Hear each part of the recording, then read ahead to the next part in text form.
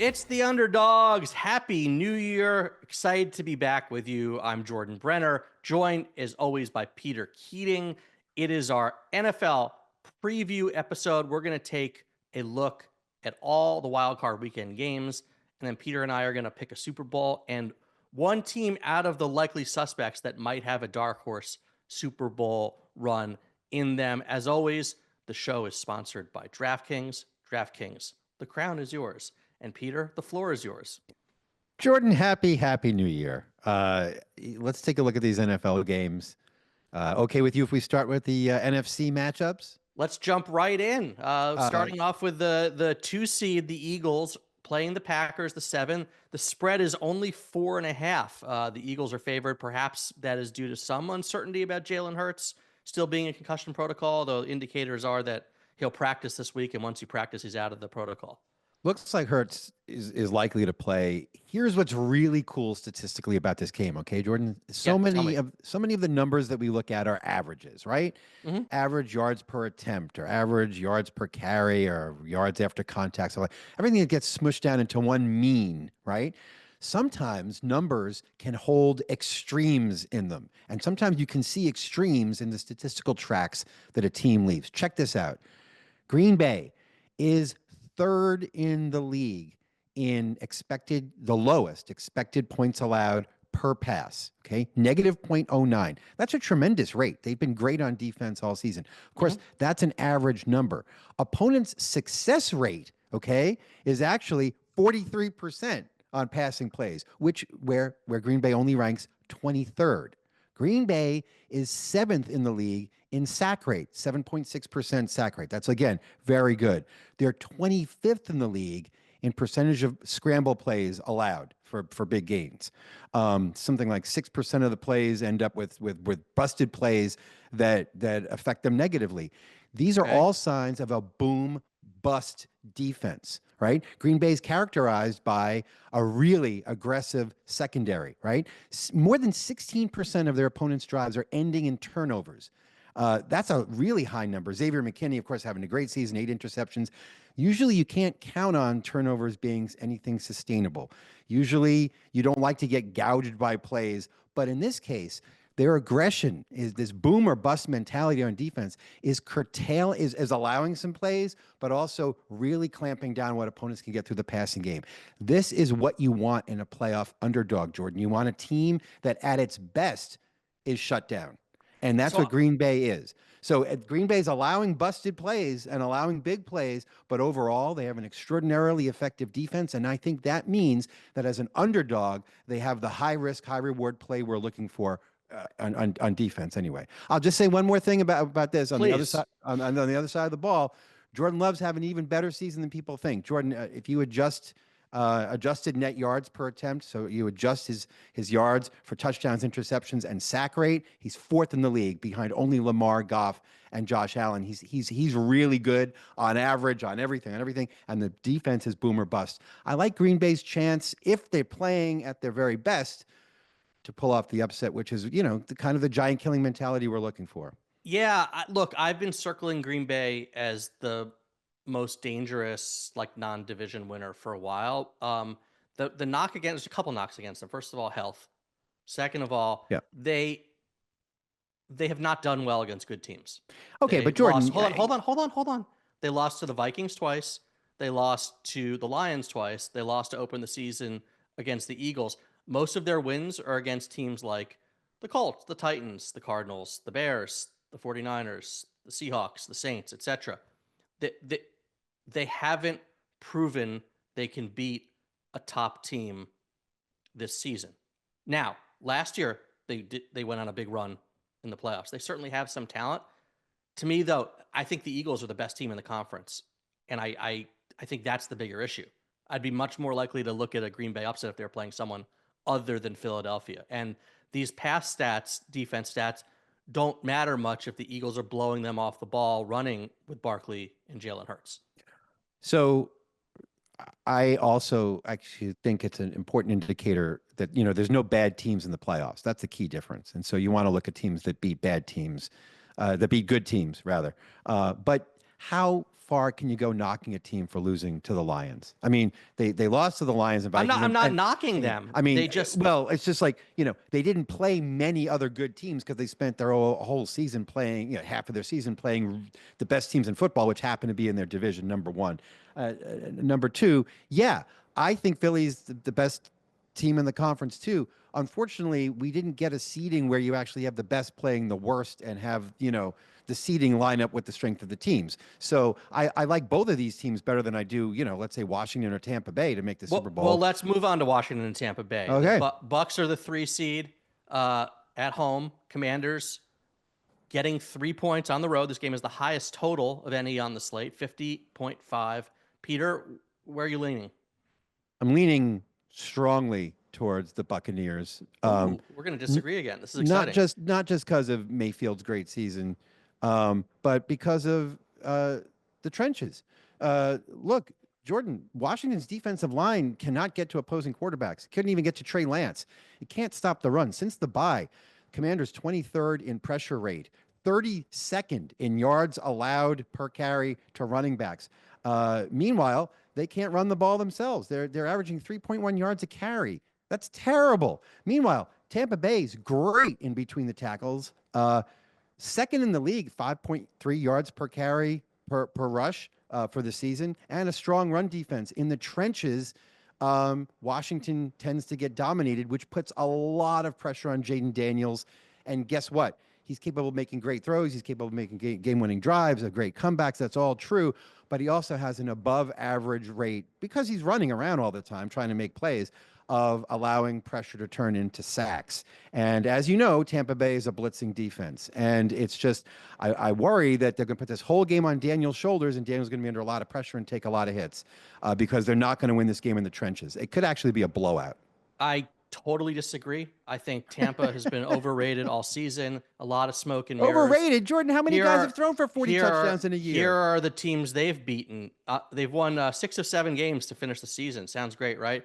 They beat the Giants, the Panthers twice, the Raiders. They did win at the Chargers. They lost to the Cowboys, and they barely beat the Saints to win the division, trailing most of the game against a team that had nothing to play for and was decimated by injury.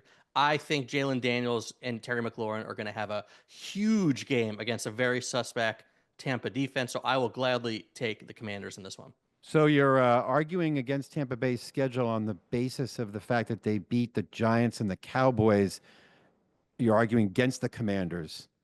You're arguing for the Commanders on the basis of the other team beat the Giants and the Cowboys. I just want to make that clear. I think the Commanders are a you. better team, have more weapons, more ways to win.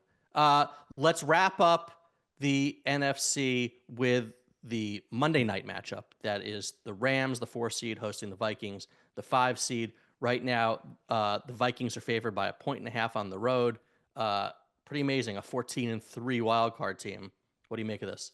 I hope we can agree on this, you and I, because I think this is an overreaction. I think Minnesota had a bad night against Detroit. I think people are saying things like, oh, the Rams already beat the Vikings once, or Sam Darnold's awful all of a sudden, or Minnesota's terrible in the red zone.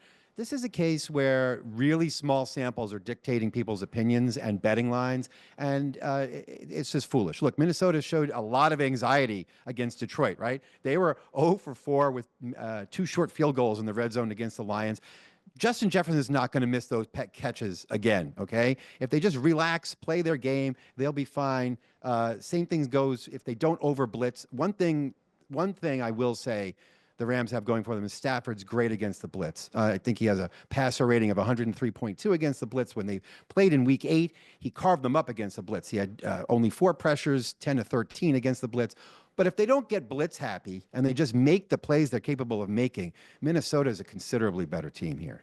I agree. A lot of smoke and mirrors this year for the Rams. They finished strong. They won a lot of close, low-scoring games. So the defense looks like it has improved. But I just think Minnesota is a better team on both sides of the ball. I think they're going to control the line of scrimmage. I like them a lot in this game. And Peter, we've reached the end of the NFC. We'll be back with the AFC right after this.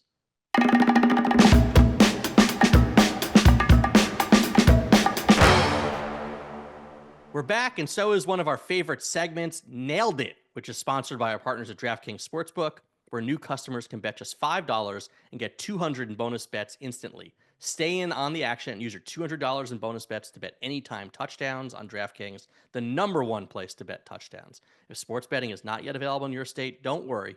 You can still join us on all the fun with DraftKings Daily Fantasy and have a shot to win cash prizes. And Peter, we nailed it. We nailed a couple before this football season, but take a victory lap Nailed it. here. Nailed it. Jordan, I'll keep this short and sweet. In our preseason NFL preview, you like the Buffalo Bills, who it's hard to believe now weren't even favored to win their division, but you like them. I like Zay Flowers to go over 925.5 yards.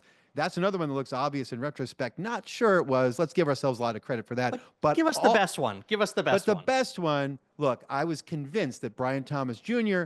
would lead all rookies in receiving touchdowns. He was plus 700 to do it. He did. 10 touchdowns to go along with his 80-something receptions, 1,200-something yards.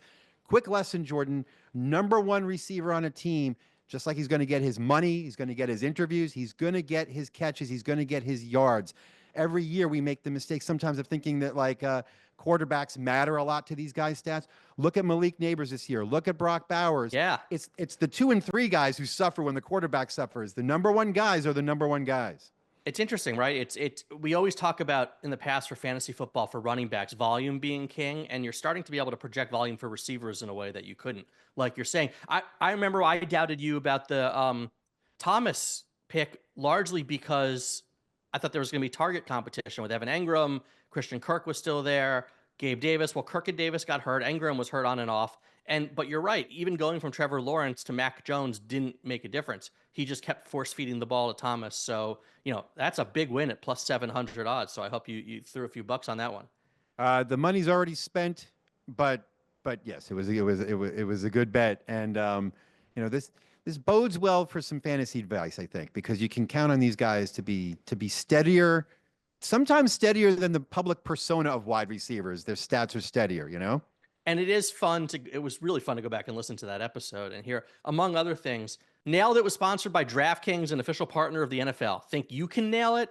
Download the DraftKings Sportsbook app now. New customers, use my promo code Underdogs and bet just $5 in any wager and get $200 in bonus bets instantly. That's promo code Underdogs only at DraftKings Sportsbook. And Peter, as we were saying, that Bills pick sounded like a duh move at the time, but it turns out the Jets were actually favored to win the division. The Bills were like plus 190, so that came through. And now the Bills are the 2 seed in the AFC as we get back into the playoff preview. They're favored by 8.5 points against the Broncos. And Peter, here's the interesting stat for you that holds for both this game and the next game we're going to look at. Going back to 2005 in the wild card round, home favorites of 8 or more, so what we would define as a 1-score game, are 11-3 against the spread. Most recently, the Bills against the Steelers last year. Bills blew them out. Actually, the funny thing is this is the 3rd straight year the Bills are in this situation. They didn't cover against the Dolphins 2 years ago. And there was only one outright loss in that whole time. That was the Titans over the Chiefs in 2018. Just another reason why I am not moving away from the chalk in either this game or the Ravens game, which we'll talk about in a minute. But I just think the Bills are far superior to the Broncos here.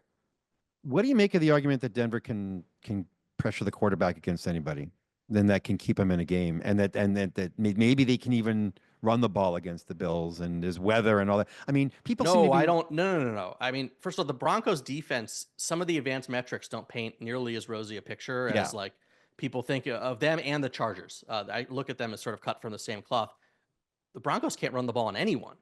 So this is going to have to be Bo Nix, gadget plays with Marvin Mims Jr.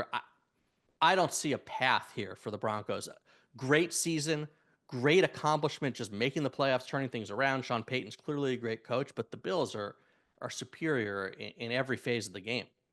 Yeah, look, Marvin Mims is in that Brian Thomas category we just talked about how this guy turns out to be a steady contributor, and I think he's going to be a really excellent player going forward. I have more confidence in his stats next year than I do Bo Nix. If this thing comes down to Bo Nix having to beat the Bills defense, the Broncos are in more trouble than it looks like. And I think you're right. Ross, this is an object lesson in how some of the advanced metrics, the EPA per play and the pressure rates, are more important than just raw sack totals. Yeah, and I I read or heard a couple weeks ago, there was a real major split in Bo Nix's numbers against above average and below average defenses. He chews up the bad teams. I think they'll throw a lot of different looks at him with Buffalo. Not only do I like the Bills straight up, I think I like them even laying 8.5 points here. Speaking of teams that with big spreads, let's move on to the next game here. It is the 3 seed Baltimore Ravens hosting their fierce rivals, the 6 seed, the Pittsburgh Steelers. A 10-point line. And what's really interesting here is like going back forever, these Tomlin Harbaugh matchups are almost always 1-score games. And like I said, that trend of 11-3 against the spread for teams with an 8-point margin or more in the wild card round holds here. But right now, the Steelers are just going in the wrong direction. If there's ever a time to fade the trend of Steelers Ravens close matchups, it feels like it's now, doesn't it? It absolutely does. We often talk about how sometimes you have to be willing to zag when other people are zigging to pick underdogs. But man, these two teams, not only Pittsburgh moving in the wrong direction, like they're in the playoffs at a time when people are wondering if they even want to keep their quarterback. That's really pretty unusual for a playoff team. But the Ravens are moving in the right direction. I mean, they've straightened everything out, and the losses they've had this season are close, crazy losses. I was going to say Lamar's peaking, but I'm not sure when he hasn't been peaking this year. It's been a crazy year. I mean, his numbers are just eye-popping. But as many people, because the Ravens are always on national television, right? So many people can actually see this with their own eyes.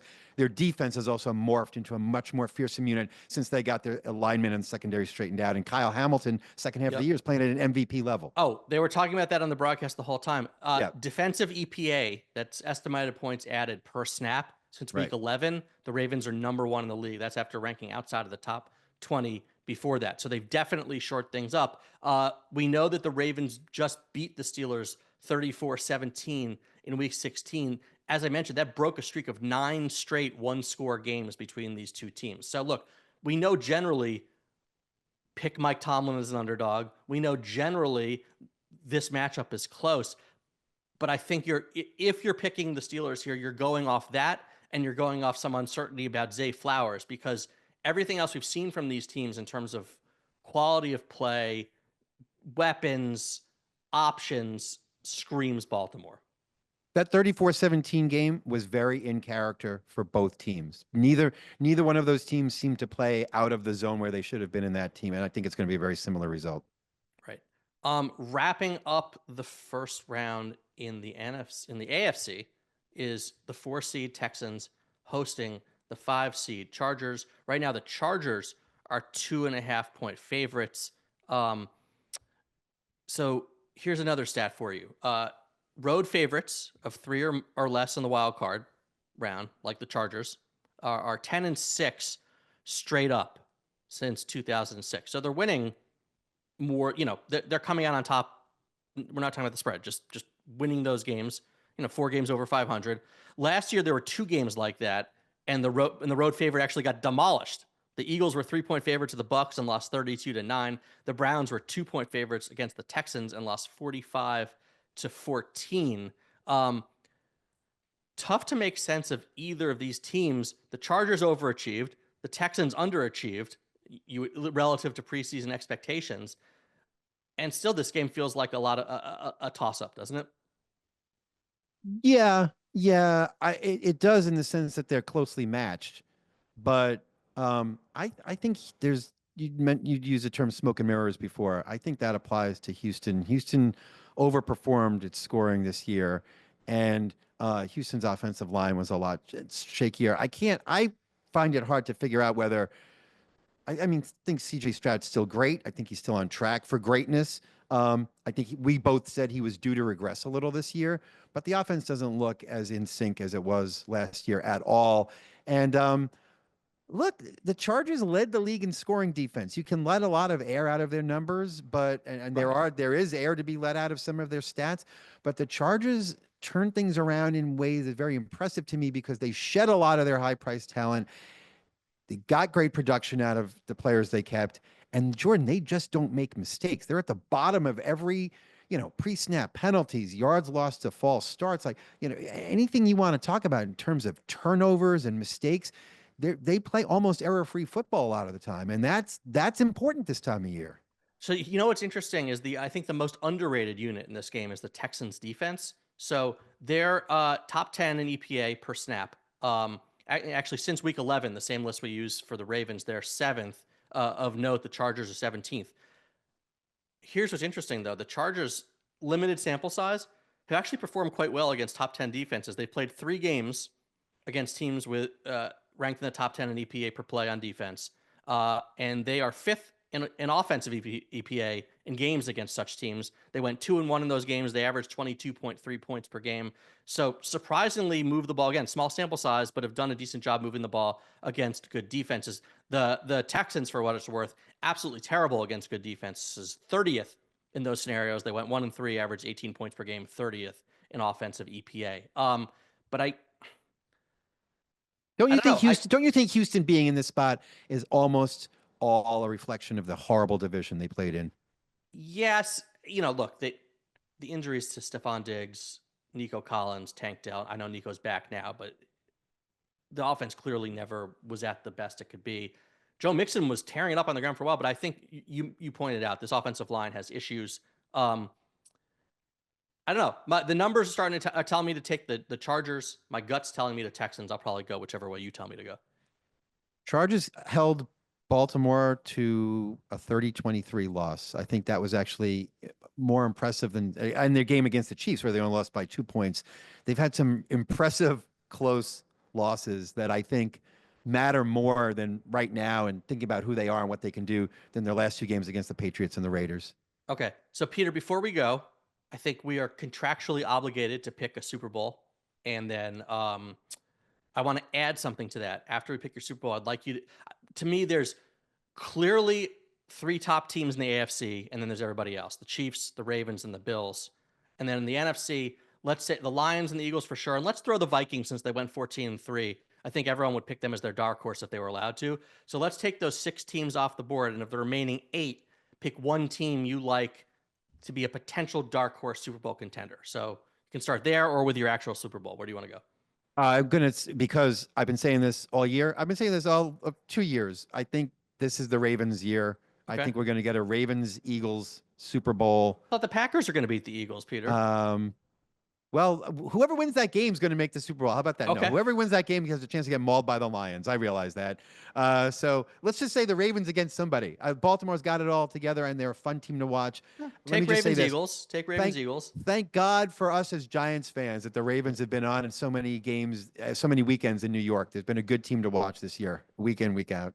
So you're going Ravens, Eagles. Who's your dark horse contender then? Is it the Packers? Jordan, you're going to disagree with this, but I like the Chargers as a dark horse. I mean, wow. I think people don't even remember what a phenomenal season Justin Herbert's having. The team makes no mistakes. Herbert never turns the ball over. Yes, he's had to adjust to having new weapons, but if you're going to go to the second Did you say new weapons or no weapons? Because he has no weapons except for Ladd McConkey.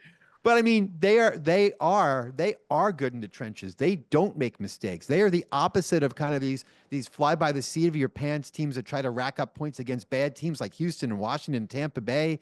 I mean, they're built to win hard games in cold weather, and they're not a great team, but I don't know that there's more than 3 great teams in the AFC. Yeah, I would be shocked if it's anyone other than the Chiefs, Ravens, or Bills in the Super Bowl. The NFC, I think there's more room for weird things to happen. Let's go with my real quick in the minute we have left. Yes, sir. My Super Bowl, I'm going with the Bills against the Eagles. Catch me later on who's going to win that one. I need time to see. My dark horse, it's funny. Like I said, I've been going with the Packers for a long, long time. I'm going to switch it up and say the Commanders here. We've seen what Jaden Daniels can do in big games. We saw that game against the Eagles where he led them back. They have the advantage over the Packers in that they open with Tampa. Packers have to beat the Eagles even to make it to the set. So theoretically, they could avoid having to run the gauntlet of Philly, Detroit, and Minnesota. So if it's not the Eagles, I think there's a chance for a dark horse. Let's say the Commanders.